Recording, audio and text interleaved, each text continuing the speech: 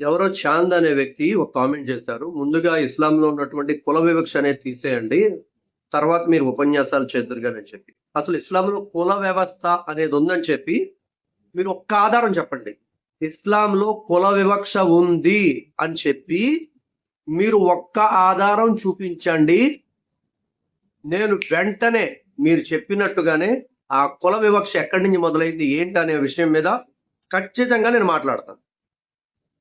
మాట్లాడారంటే కొద్దిగా స్పృహలో ఉండి మాట్లాడాలి. తెలిస్తే మాట్లాడాలి, తెలియకపోతే మాట్లాడకూడదు. కుల వివక్ష ఎక్కడుంది? మక్కాలో ఉందా? మదీనాలో ఉందా?